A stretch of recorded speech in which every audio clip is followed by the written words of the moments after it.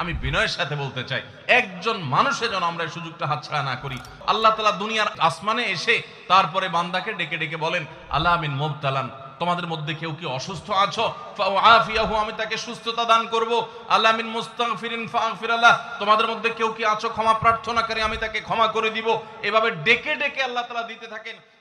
24 ঘন্টার ভিতরে দোয়া কবুলের সবচেয়ে আদর্শ সময়, যে সময়ের দোয়া কবুলের সম্ভাবনা সবচেয়ে বেশি, সেটা হলো ভোর রাতের সময়টা। আল্লাহ সুবহানাহু ওয়া তাআলা ডেকে ডেকে বান্দার ক্ষমা ঘোষণা করেন, বিপদ আপদ দূর করেন, অসুখ বিসুখ দূর করেন। এই সময়টা হলো রাতের শেষ প্রহর, ফজরের আগের সময়টা, তাহাজ্জুদের সময়টা। 11 মাস ধরে আমরা নানা ব্যস্ততার অজুহাতে আমাদের তাহাজ্জুদ পড়ার সুযোগ হয় না, ভোর রাতে ওঠার সুযোগ হয় না। ভাইরা আমার, রমাদানের মাস, আপনি তো সাহরি খাইতে প্রায় প্রতিদিনই উঠছেন। আপনার যেহেতু সাহরি খাওয়ার উদ্দেশ্যে উঠাই লাগে, তো আপনি কেন এই মাসে সাহরির সময় ভোর রাতের এই সময়টাতে যখন আল্লাহর সাধারণ ক্ষমা ঘোষণা করেন, ওই সময়টাতে আপনি কেন শুধুমাত্র খেয়ে পরে আপনি মসজিদে চলে যাবেন ফজরের জন্য? অবশ্যই আপনি সাহরি খেতে উঠলে 2-5 মিনিট সময় বের করে বিশেষভাবে আল্লাহর কাছে দোয়ায় মনোনিবেশ করবেন। আমাদের একটা বড় ভুল হলো, সাহরির এই সময়টাকে দোয়ায় আমরা মনোনিবেশ করি না। সম্ভব হলে 2 রাকাত নামাজ পড়েন, 4 রাকাত নামাজ পড়েন। সেটা যদি না পারেন, তো সাহরির খানার শেষে অথবা আগে আপনি আপনার রুমে গিয়ে লাইট বন্ধ করে নিরিবিলি জায়গায় একটু আল্লাহর কাছে হাত তুলে একটু চোখের পানি ফেলে চান, দোয়া করেন।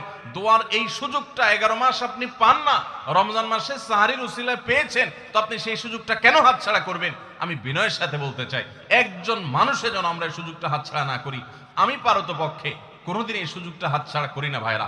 যেদিন কিছুই করতে পারি না, ওইরকম দোয়া করার সময় হয়তো নাই, কোনো কারণে দেরি হয়ে গেছে উঠতে উঠতে, ওই দিন খাইতে খাইতে মনে মনে দোয়া করার চেষ্টা করি, প্লেটটা ধুইতে ধুইতে দোয়া করার চেষ্টা করি।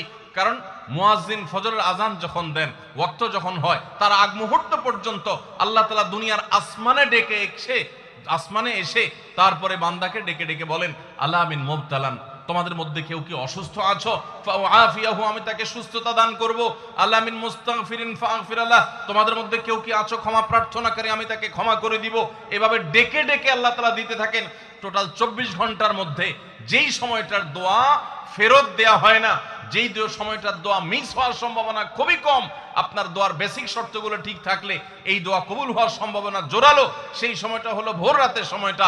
রমজান মাসে এই সময়টাতে দোয়ার যে সুযোগ তৈরি হয়, দোয়ার যে বিশাল সুযোগ আপনি পান, এই সুযোগটা হাতছাড়া করে আপনি শুধুমাত্র খেয়ে দিয়ে এই সময়টাকে পার করে দেন, এটা কখনো বুদ্ধিমানের কাজ হতে পারে না। এই জন্য রমজান মাসের ভুলগুলোর মধ্যে থেকে একটা হলো যে সাহরির সময়টাতে, ভোর রাতের সময়টাতে, দোয়া কবুলের গুরুত্বপূর্ণ সময়টাতে আমরা দোয়া তো করিই না। অনেকে ওই সময় আজকাল সাহরি পার্টি বের করেছেন, তামাশা বের করেছেন, অনেকে টেলিভিশনের প্রোগ্রাম দেখেন। কোন চ্যানেলে সাহরির সময়ের কোন প্রোগ্রাম আমরাও মাঝে মধ্যে, এগুলো আগে রেকর্ড করা থাকে। সাহরির সময় আমরা টেলিভিশনে প্রোগ্রাম করতে চাই না, আগে রেকর্ড করা থাকে, সেগুলো চলে। এগুলো হলো তাদের জন্য যারা টেলিভিশনে হারাম জিনিস দেখবে, ওই টাইমটাতে সে যেন হারাম জিনিস না দেখে ভালো কিছু দেখে। আপনাদেরকে আমরা বলবো, কখনো ওই ভোর রাতের ওই সময় ইসলামিক প্রোগ্রামও দেখতে যাবেন না। আপনি ওই সময়টাতে আল্লাহর সাথে কথা বলবেন, ওই টাইমটা ইবাদতের সময়, ওই টাইমটা দোয়া এবং রোনাজারির সময়। আমরা বেশিরভাগ মানুষ এই ভুলটা করি যে রমজানে আল্লাহর কাছে পাওয়ার এই